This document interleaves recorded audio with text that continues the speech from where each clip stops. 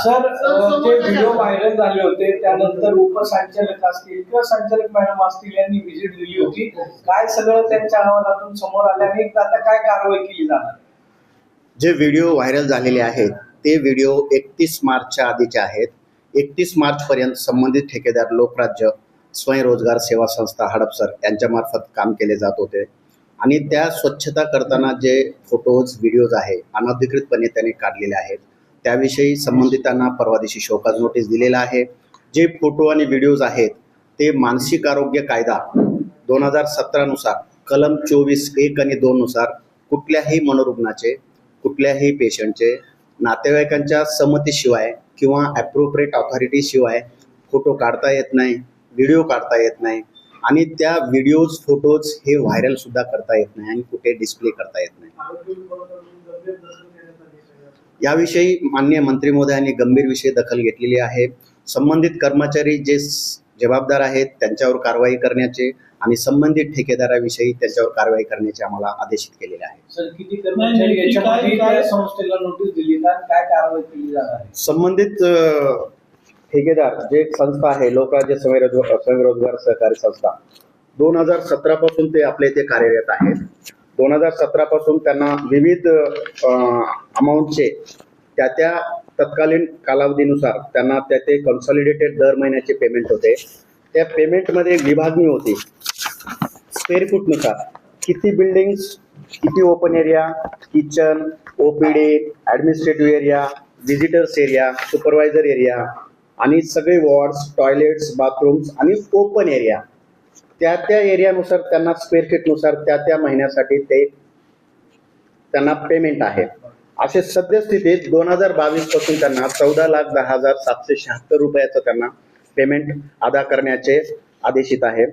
पण मी 9 जानेवारी 2025ला चार्ज घेतलाय तेव्हापासून त्यांच्या कामाची दर्जा आणि कामाचं ॲक्च्युअल प्रत्यक्षात काम केलेलं त्यांचे रिपोर्ट्स त्या रिपोर्ट्समध्ये प्रचंड तफावत होता. आता आपल्याला एक उदाहरण देतो. ओपन स्पेससाठी त्यांना महिन्याला 3,60,000 रुपये त्यांना देण्याचे शासनामार्फत अनुज्ञा आहे. पण प्रत्यक्षात आमच्याकडे 8 ते 10 एकर पूर्णपणे जंगल आहे, झुडपं आहेत. दर 8 दिवसाला ते स्वच्छता केले तरच ते 3,60,000 रुपये मिळण्याचे त्यात नमूद आहे करारनाम्यामध्ये. पण त्यांनी कधीही दर आठवड्याला ओपन स्पेस स्वच्छ केलेलं नाही आणि कितीतरी वॉर्ड्स आमचे वापरात नाहीत, कितीतरी वॉर्ड्स पाडाव झालेला आहे, पडलेले आहेत. नवीन बांधकामासाठी 1 नंबर 2 नंबर 3 वॉर्ड्सचे पडलेले आहेत. कितीतरी वॉर्ड्स वापरात नसलेले आहेत. त्याचा सुद्धा त्यात स्क्वेअर फीटचा समावेश आहे. तरी सुद्धा त्यांना एवढे दिवस त्यांना पूर्ण अमाऊंट 14,10,776 देयक व्हायचे. पण मी त्यांच्या कामाचा दर्जा, त्यांच्या कामाची क्वालिटी, त्यांच्या कामाची वारंवारता ह्यानुसार मी त्यांना प्रत्येक वेळेस नोटीस देत आलेलो आहे. त्या नोटिसीला त्यांनी एकही प्रतिसाद दिलेला नाही. पहिली नोटीस त्यांना जुलै 2024 नोटीस दिली होती. त्या नोटीसमध्ये मी स्पष्ट त्यांना सांगितलेलं आहे तुमच्या कामाच्या दर्जाप्रमाणे 26 जुलै 2024 तुमच्या कामाच्या दर्जाप्रमाणे 35% रक्कमच अदा का करण्यात येऊ नये ह्याबाबत त्यांना नोटीस दिली होती. त्या नोटीसला त्यांनी कुठलंही उत्तर दिलेलं नाही. हा मुद्दा आला त्यांच्या पेमेंटविषयी.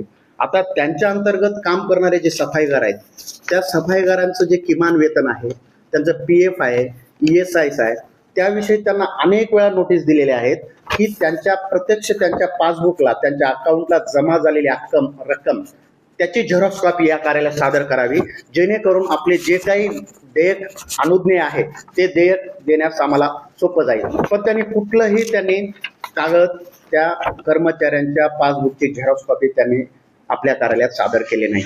म्हणून आम्ही एक निर्णय घेतला. त्यांचा जो मार्च 2024 पासूनचा जे देयक आपल्याकडे प्रलंबित होते, प्रलंबित म्हणण्यापेक्षा ते जे देयक सादर करायचे सरसकट 100% ते सादर करायचे. म्हणजे त्यांना आपण PWD कडनं स्क्वेअर फीट जे ॲक्च्युअल कामात आहे, वापरात आहे, ॲक्च्युअल जे जागा ओपन जागा आहे, वापरात असल्याचं स्वच्छता केल्याची जागा आहे, त्यानुसार त्यांना स्क्वेअर फीटनुसार PWD मार्फत आपण त्यांना एक पत्र दिलेलं आहे. त्या पत्रानुसार त्यांनी देयक सादर करावं हे अपेक्षित होतं. पण त्या पत्राला त्यांनी दुर्लक्ष करून त्यांनी पूर्ण 100% देयक अदा करण्यासाठी सादर करायचे.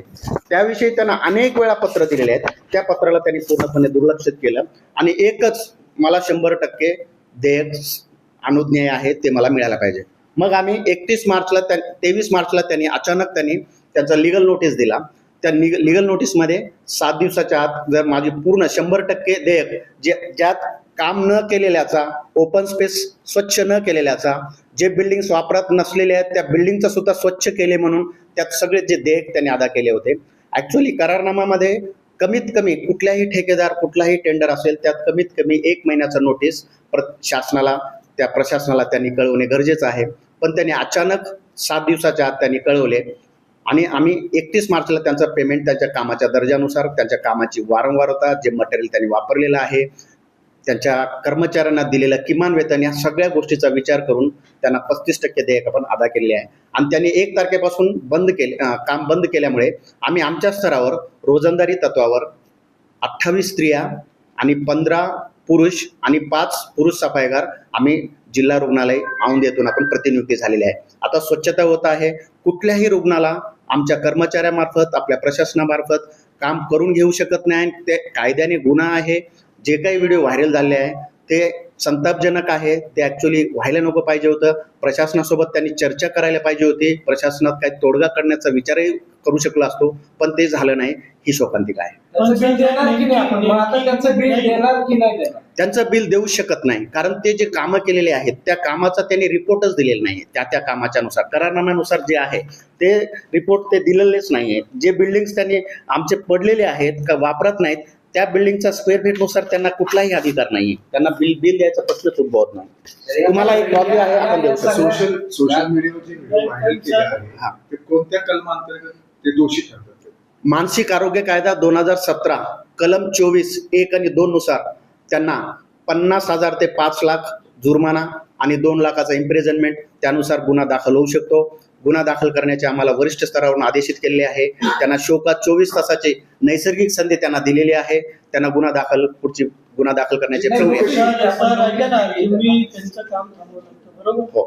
थांबवलं नाही, त्यांनी थांबवलेलं. मात्र आता जे काही त्यांनी रक्कम मागितली ती रक्कम द्यायचं नाही.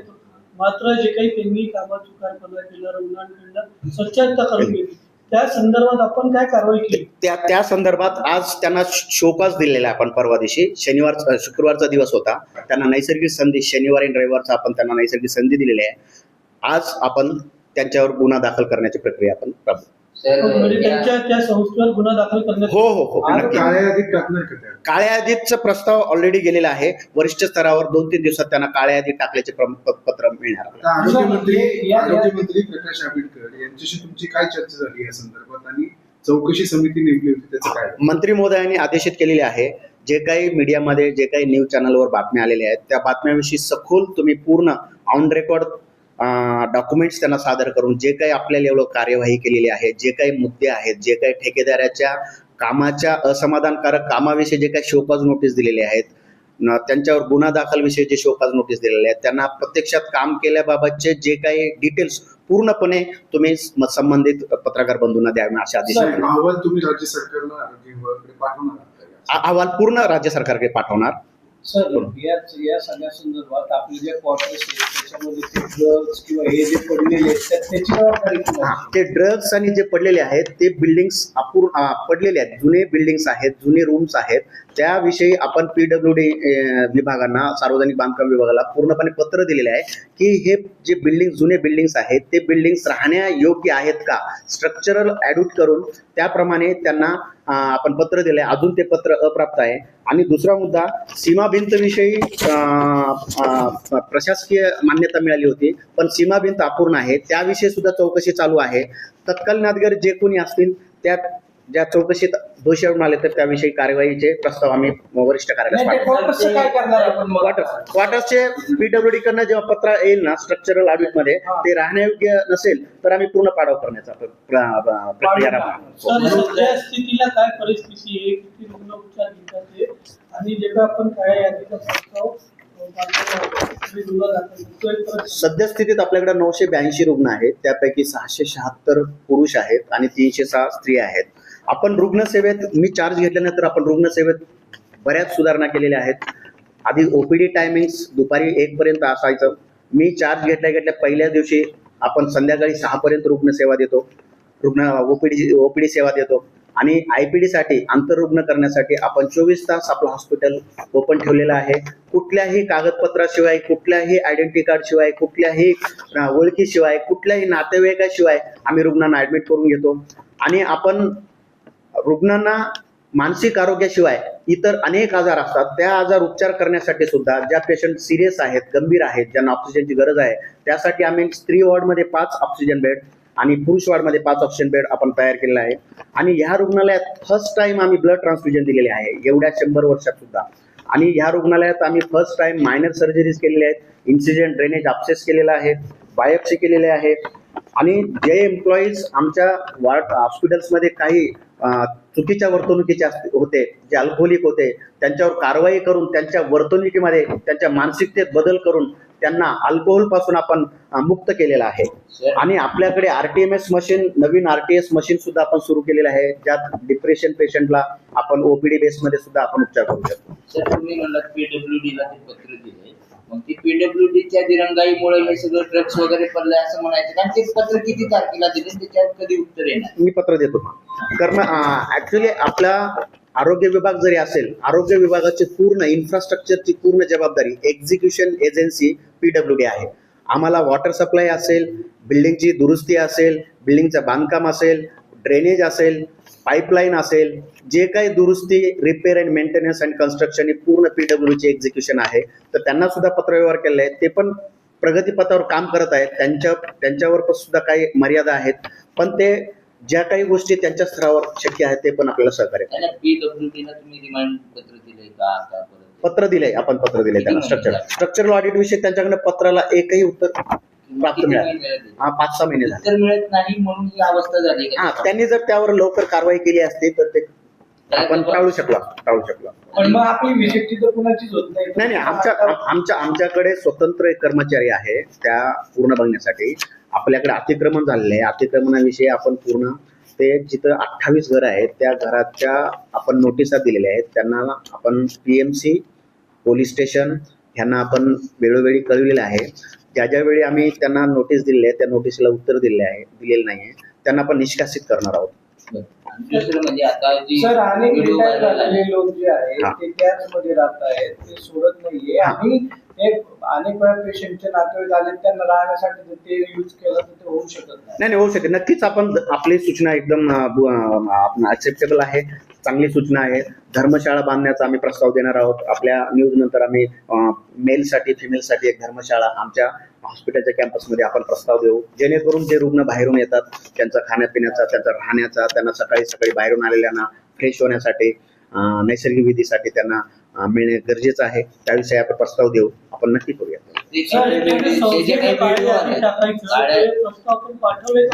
नाही, पाठवलेला आहे. वरिष्ठ स्तरावर त्याचा निर्णय होणार आहे 1-2 दिवसात. जे काही व्हिडिओ बाहेर आले त्याच्यानंतर आता असे प्रकार होऊ नये म्हणून काही तुम्ही SOP तयार करणार आहात का? कारण त्यात तुमचे कर्मचारी सुद्धा असू शकतात. नाही, कर्मचाऱ्यांना सक्त ताकीद दिलेली आहे, नोटीस काढलेली आहे, शासकीय परिपत्र, कार्यालय परिपत्र काढलेले आहे. कुठलाही रुग्णांना व्यवसाय उपचार तज्ज्ञांच्या मार्गदर्शनाशिवाय कुठल्याही रुग्णांना कुठलेही काम सांगू नये. स्वच्छतेचं तर कर्मचारी कधी सांगू शकत नाही, कारण ते त्यांचा विषय नाही, त्यांचा कर्तव्याचा भाग नाही. काय कारवाई होणार कर्मचाऱ्यावर प्रशासन नियमित कारवाई करणार. किती चौकशी लावली या संदर्भात की अजून लावले? समिती नेमलेली आहे. समिती 6 अधिकारी कर्मचाऱ्यांची समिती नेमलेली आहे. त्यांची समितीचा रिपोर्ट आल्यावर मी योग्य कारवाई करेन. किती लोकांवर जे संबंधित त्या दिवशी एक पेशंटला जे जेवणासाठी बाहेर घेऊन जातो उपचाराचा भाग आहे. तीन कर्मचारी कारवाई करणार. सर, आपल्या काळामध्ये अंडरपॅड घोटाळा झाला होता, सुदर्शन जो होता, पण पुन्हा परत त्यालाच हे काम दिलं. नाही, त्याचं काही आपण केलंय का? टेंडर वगैरे काढलं? नाही, तात्काळ काही महिन्यापुरता मुदतवाढ दिलेली आहे, कारण की टेंडरिंग साठी आपल्याला वेळ लागू शकतो, म्हणून आपण ते केलेलं आहे. परंतु ते आता ज्या गोष्टी वापरत नाही त्या गोष्टीची आपण खरेदी सुद्धा करत नाही. आता आपण ज्या शासनात नाही, ज्या पेशंटला वापरण्यासारखे रुग्ण आहेत त्या रुग्णांनाच आपण देतो. जे रुग्ण व्हायलेंट आहेत, एक्साइटेड आहेत, त्यांना ते थ्रेट असते त्यांच्या स्वतःच्या जीवासाठी आणि इतरांसाठी, म्हणून आपण ज्या पेशंटला सायकॅट्रिस्टच्या मार्गदर्शनाखाली व्यवसाय त्याच्या मार्गदर्शन ज्यांना गरज आहे त्यानुसार आपण नियमानुसार वापरतो. नाही त्याच्यावर आरोप पण आहेत की सुदर्शनवाल्यांनी ब्रिटिश काळात काय भांगार बिंगार विकलं इथलं. नाही ते काय आहे, आपले PWD कडनं जे पाडाव करत आहेत, PWD पाडाव करतायत, त्यात अँटिक मटेरियल आहे. त्या MOU मध्ये त्यांच्याकडे त्यात नमूद आहे की जे पाडाव करतील, पाडावमध्ये जे काही खर्च आहे त्या खर्चाच्या बदल्यात त्यांना ते घेऊन जायचं आहे. त्यात हे तथ्य नाहीये, ते त्या शासकीय वरिष्ठ स्तरावरून ते MOU झालेलं आहे. आपण हे सुदर्शनवाल्याला पुन्हा टेंडर काढून दिले की मुदतवाढ दिली, तात्काळ बाबा विशेष बाबून दिली. आपण ते योग्य वेळी आपण त्याच्यावर कारवाई करून आपण बंद ठीक करू. साहेब, औषधांची काय परिस्थिती सध्या काय? सध्या औषधांची आपल्याकडे मुबलक साठा आहे. आपल्याकडं आपण चार्ज घेतल्यापासून MJPGY आपण फार प्रभावीपणे राबवत आहोत. आधी फक्त 9 लाखाचा काम होता, पण आपण एका वर्षात आपण चार्ज घेतल्यानंतर प्रत्येक रुग्ण आपण महात्मा गांधी ज्योतिबा फुले जन आरोग्य योजनेमध्ये आपण समाविष्ट करतोय. त्या निधीतून आपला पूर्णपणे 3.5 ते 4.25 कोटी आपण MJPGY मधून निधी जमा करू शकलो. त्या रुग्णांचा हक्क आहे. रुग्णांना औषध कमी पडत नाहीत. आम्ही पूर्णपणे रुग्णसेवा देण्यासाठी सज्ज आहोत. काही अडचणी नाही. आता जे ड्रग सेवनाचा जो प्रकार हा. घडला ते कर्मचारी अधिकारी आहेत का बाहेरचे लोक? नाही ड्रग्ज सेवनाचा प्रकार जो काही तो व्हिडिओ आहे तो हॉस्पिटल कॅम्पसच्या बाहेरचा आहे. आमचे कर्मचारी पेशंटला, आमचे कर्मचारी येथे ड्रग्ज अल्कोहोल काही घेत नाहीत. मागील काळात आमचे काही कर्मचारी दारूच्या नशेत होते, पण त्यांना योग्य समुपदेशन करून त्यांच्यावर प्रशासकीय कारवाई करून थेट निलंबनाची कारवाई करून आम्ही पूर्णपणे आमचे एकही कर्मचारी अशा व्यसनाधीन नाही आहेत. आणि त्यांचे कुटुंबीय सुद्धा त्यांच्यावर जी कारवाई झाली त्या कारवाईचं स्वागत केलेले आहे. आता सद्यस्थितीत असे काही व्यसनाधीन होत नाहीये. मनोरुग्णालयात किती CCTV कॅमेरे आहेत आणि ते चालू किती आहेत? CCTV कॅमेऱ्याविषयी टेंडर पास झालेला आहे, प्रशासकीय मान्यता मिळालेली आहे. 123 CCTV आपल्याला प्रशासकीय मान्यता मिळालेली आहे. या महिन्याच्या शेवटपर्यंत त्याची खरेदी होऊन आपल्याकडे 123 CCTV प्रत्येक वार्डात आपण 4 ते 5 CCTV बसवणार आहोत, जेणेकरून पेशंट पलायन करणार नाही, पेशंट सुसाईड करणार नाही. पेशंटकडनं काही चुकीचे काम होत असेल तर ते आपल्याला कॅबिनमध्ये बसून त्यांच्यावर मॉनिटर करता येते. 1 ते 1.5 महिन्यात ते कारवाई होईल. Thank you so much. थँक्यू. संदर्भात येस. PWD वाला